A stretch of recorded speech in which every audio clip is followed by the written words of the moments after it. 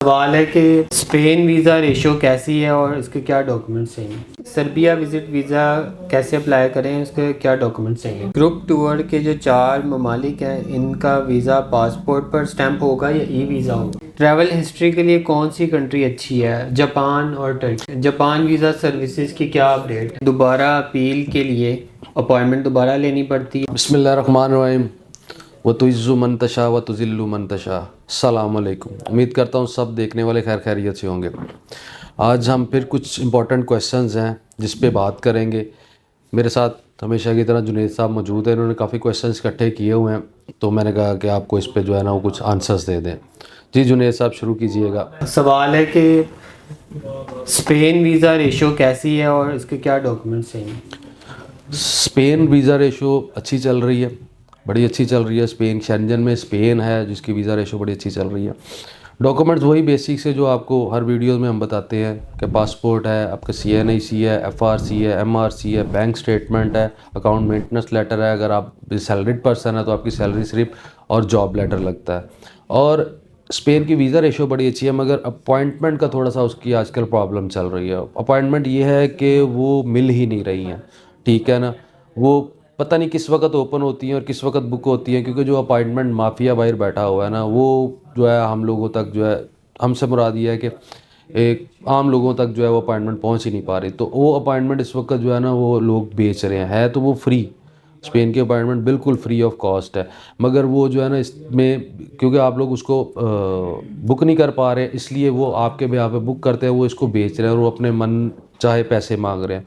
हर एक बंदे का अलग चार्जेस हैं, कोई 10,000 मांगता है, कोई 20,000 मांग रहा है, कोई 25,000 मांगता है। अब इसका मैं आपको बता दें तो होता क्या है। होता ये कि इसमें एक जो बुकिंग होती है वो सबको पता है, बहुत से लोगों को पता है कि BLS की वेबसाइट पे जाके आप नो अपॉइंटमेंट को बुक करते हैं और सारा दिन आपको बैठना पड़ता है, देखना पड़ता है, वो किसी भी वक्त अपॉइंटमेंट ओपन होती है।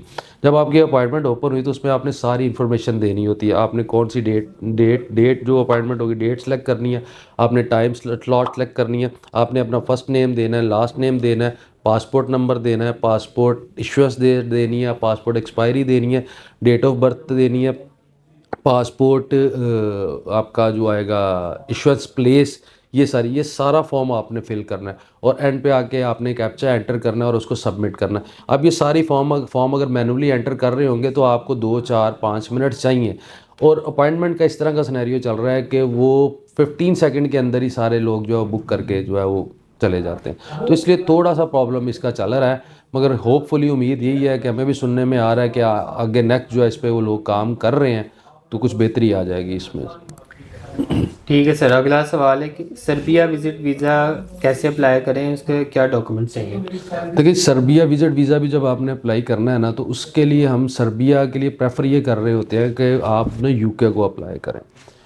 UK का अगर आप वीज़ा लेते हैं, दूसरे कोई भी अगर आप वीज़े में जाते हैं, सपोज़ करते हैं आप तुर्की में चले गए हैं, वो 3 मंथ्स का वीज़ा होता है, वैलिडिटी होती है और 1 मंथ आपको दिया जाता है। जापान का भी 3 मंथ्स का होता है और 1 मंथ की आप एंट्री होती है, मगर वो मोस्टली एंट्री 15 डेज़ की होती है। UK एक ऐसा कंट्री है कि जिसकी आपको 6 मंथ का वीज़ा मिलेगा और मल्टीपल एंट्री मिलता है, ठीक है। उसके अंदर UK के वीज़ा के ऊपर 34 कंट्रीज 34 कंट्रीज़ ऐसे हैं जिनके वीज़ास और ऑन अराइवल वीज़ास मिलते हैं और एंट्री मिलती है, ठीक है। सपोज़ करते हैं सर्बिया, जैसे इन्होंने नाम लिया, अगर आपके पास UK का वैलिड वीज़ा है तो आप उस वीज़े पे सर्बिया में एंट्री कर सकते हैं जो कि यूरोप में आता है, ठीक है। UK का आपके पास वैलिड वीज़ा है तो आप सऊदीया का मल्टीपल वीज़ा 1 ईयर का मल्टीपल एंट्री वीज़ा आप ले सकते हैं।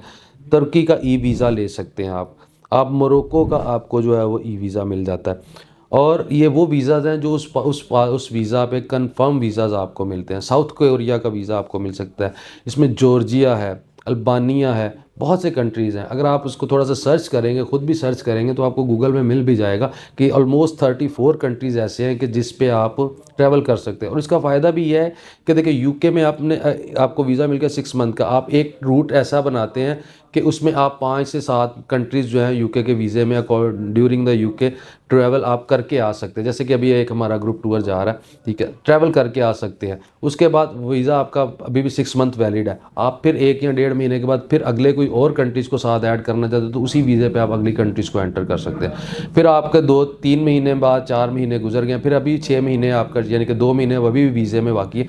लास्ट मंथ में फिर आप 15 दिन के लिए किसी और कंट्री, यानी कि अगर आप करना चाहें तो उस एक वीज़े की कॉस्ट के ऊपर 34 कंट्रीज़ को ट्रैवल कर सकते हैं।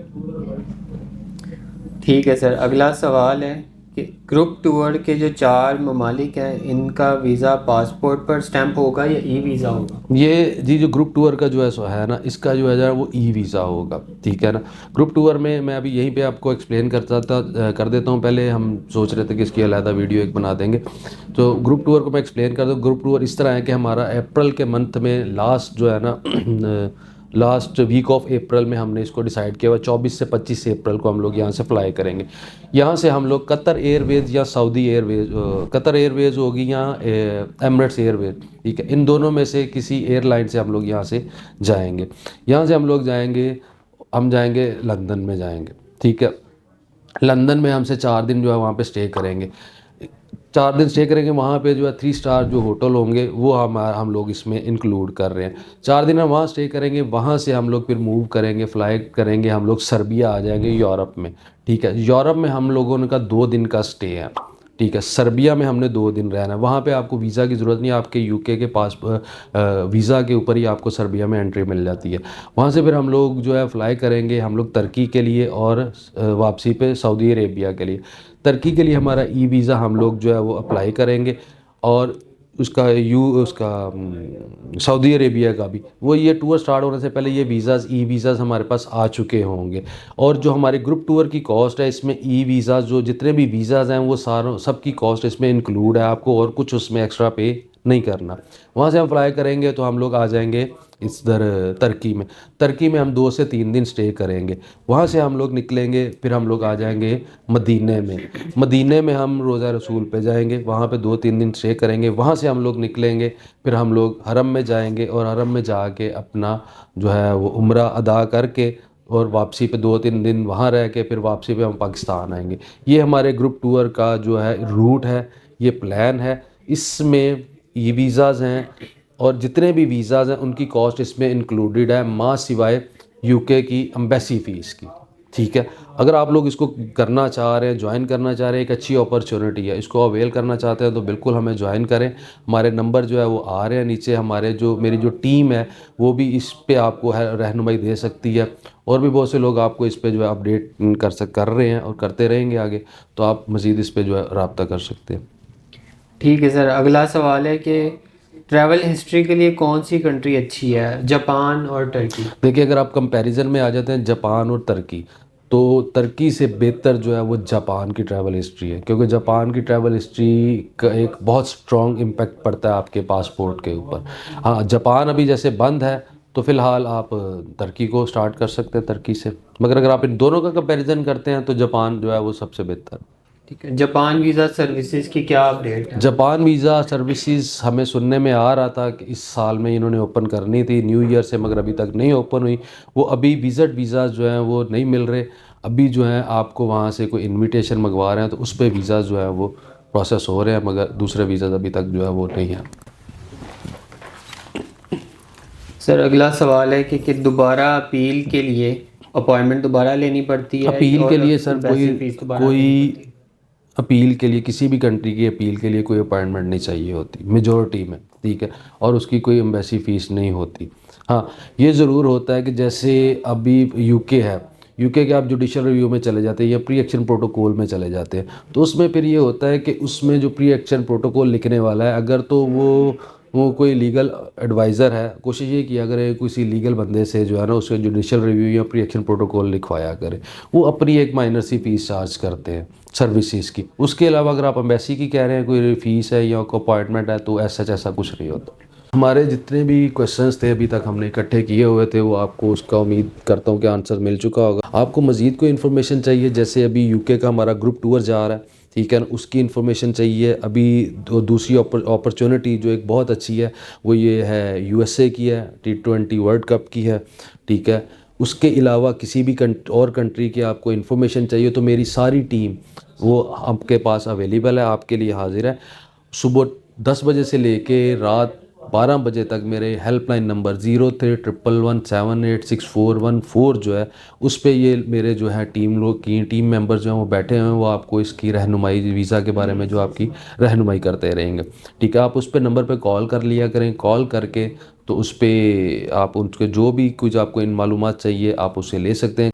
अपना बहुत ज़्यादा ख्याल रखिएगा। Thank you so much. अल्लाह हाफ़िज़।